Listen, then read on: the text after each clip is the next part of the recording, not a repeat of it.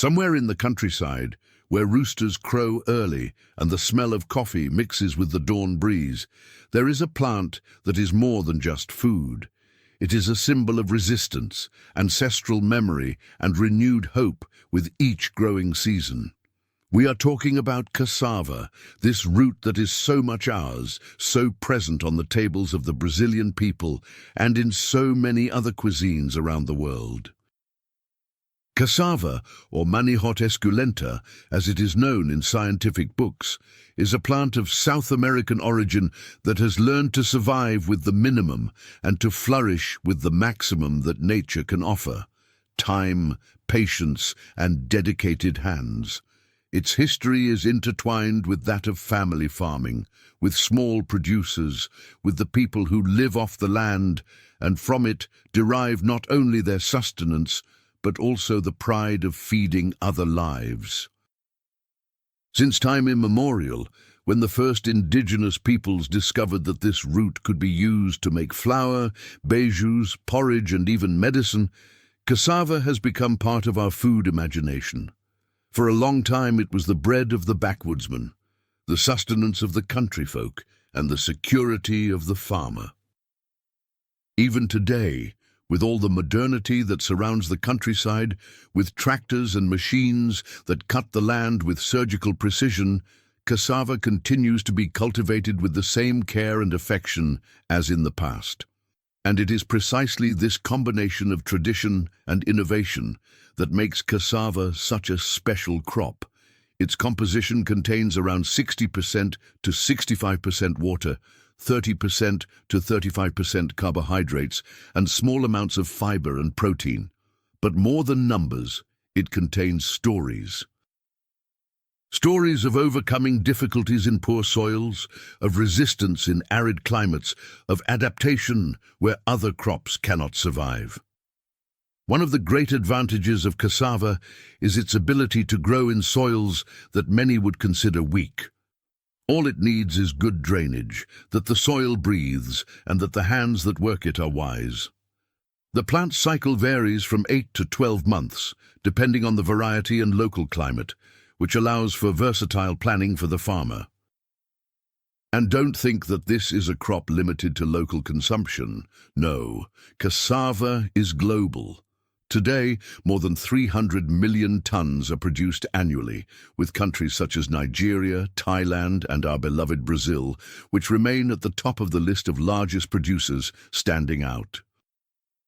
And you may be wondering, but how can this root, so common, generate so much wealth? Well, that's what we're going to tell you in this journey that begins with preparing the land and continues through to the commercialization of its derivatives, showing that from the field to the market, there is an entire world pulsating, driven by passion, effort, and entrepreneurial vision. Now imagine a small farm in the interior of Pernambuco. The ground is cracked by the drought, the straw crackling in the sun, but even so, there it is, firm and strong. Cassava. The farmer knows the right time to plant it. He waits for the first rains, prepares the soil carefully, and then plants the cuttings, pieces of the plant's stem that, when buried, give rise to new roots. This is a knowledge passed down from generation to generation, where time stands still, he teaches. As the months pass, nature does its silent work. The leaves grow, the stem thickens, and underground, out of sight, the roots form silently. In the fields, waiting is never idle. There is always something to do, tending the weeds, protecting the crops from pests, managing the soil. The farmer is, above all, a guardian of time. When harvest time comes, it is as if the earth gives him a gift. The cassava is pulled hard, revealing firm, white roots, ready to be transformed into food, feed, flour, or even biofuel. That's right, cassava goes far beyond the plate. Its possible uses are endless, and its economic value grows as the industry learns to use it more intelligently. In small mills, cassava is turned into flour. Production still follows a traditional rhythm: grating, pressing, toasting. The smell of flour in the oven is almost a perfume for those who grew up in the countryside. In other regions, it is processed to become starch, gum, tapioca.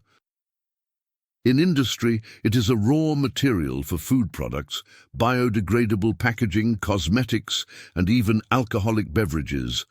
A true universe is born underground, and we cannot fail to mention the importance of cassava in food security.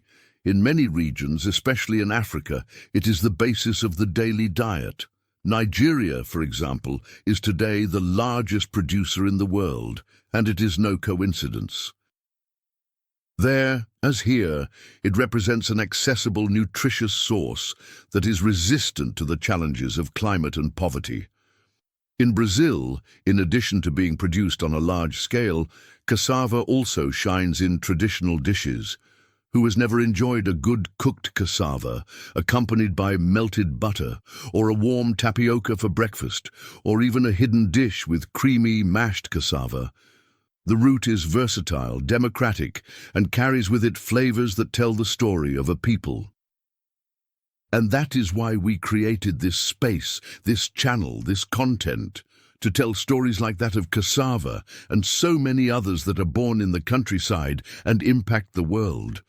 Because every farmer who plants a root, every farmer who tends the land, every family that lives off cassava is helping to build a fairer, healthier economy that is more connected to the land. That is why, if you also believe in the strength of agriculture, in the transformative power of food, and in the value of work in the fields, we invite you to join us. Subscribe to the Asimse Cultiva channel. Activate the notification bell and leave a like if this content resonated with you. Share it with friends, neighbors, that relative who still lives off the land and gets excited when they see the crops sprout after the drought. And above all, leave your comment.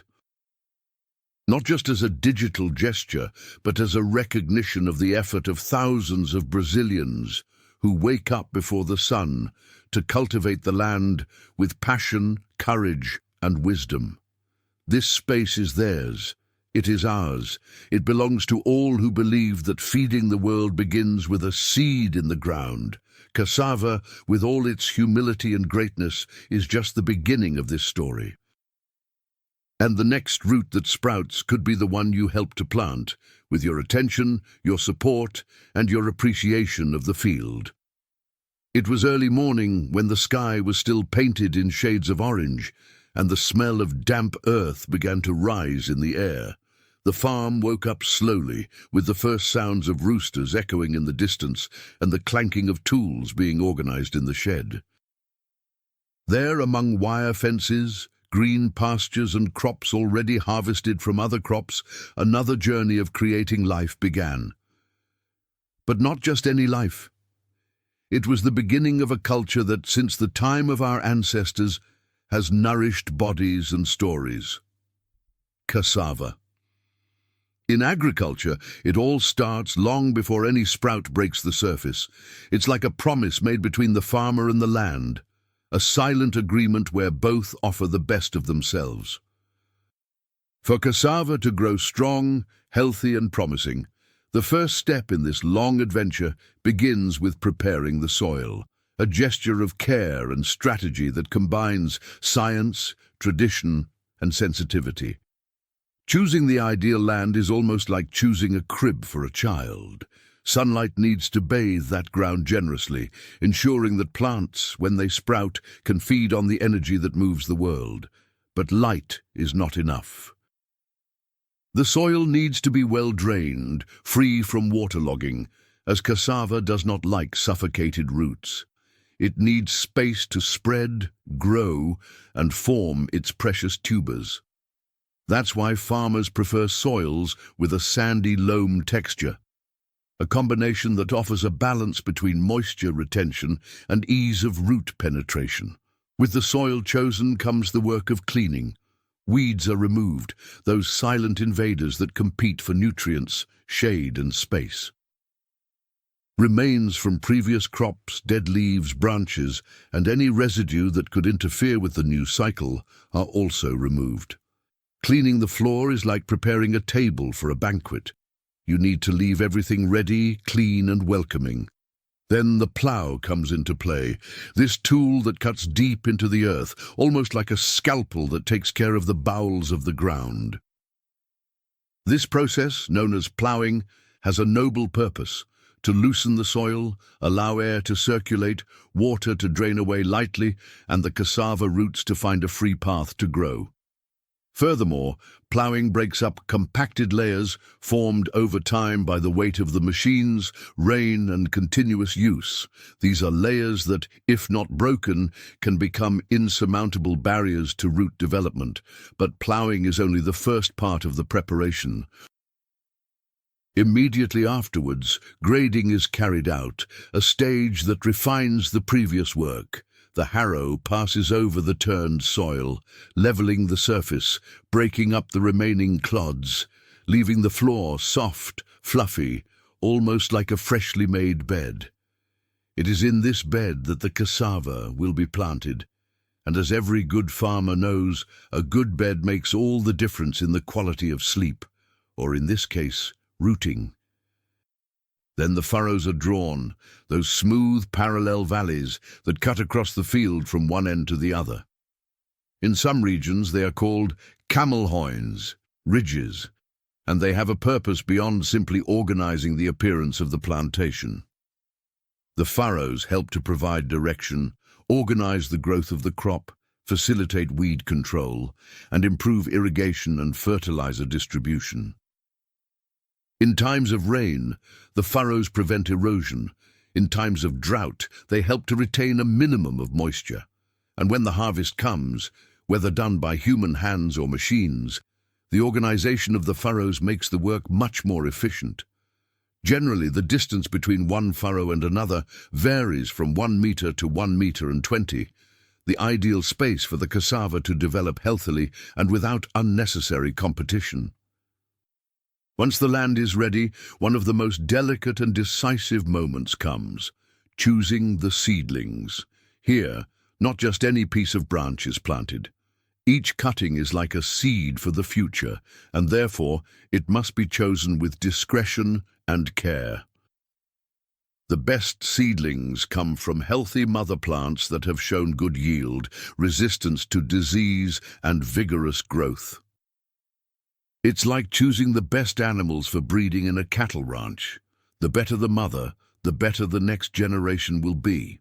Stems are cut into pieces that are about 20 to 30 centimeters long and contain 5 to 7 visible buds. These buds are life points. From there, the shoots and roots that will give rise to the new plant will emerge. The cut must be clean, made with disinfected knives or appropriate machines to prevent diseases from spreading from one plant to another. There is a science to this simple gesture, and every experienced farmer knows that a small oversight at this stage can compromise the entire production. Before going into the ground, the seedlings go through a hydration process. This brief but essential bath ensures that the cutting is well nourished to begin its growth journey. In some regions, techniques with natural biostimulants are even used, strengthening the seedlings' defenses against pests and diseases. Planting, in turn, can be done in the traditional way, with the farmer's calloused hands planting each seedling in the furrow, one by one, with almost fatherly care, or with semi-automatic seeders, which speed up the process without losing precision. Whatever the method, the important thing is to ensure that the seedling has direct contact with the soil, that it is at a depth of between 10 and 15 centimeters, and that it is in the correct position, vertical or slightly inclined, depending on local practice. By covering the seedling with loose soil, the farmer ensures that the top part remains visible or only slightly buried. This detail makes a difference. It improves the survival rate, stimulates sprouting, and accelerates the development of the first roots. And so, with a final gesture,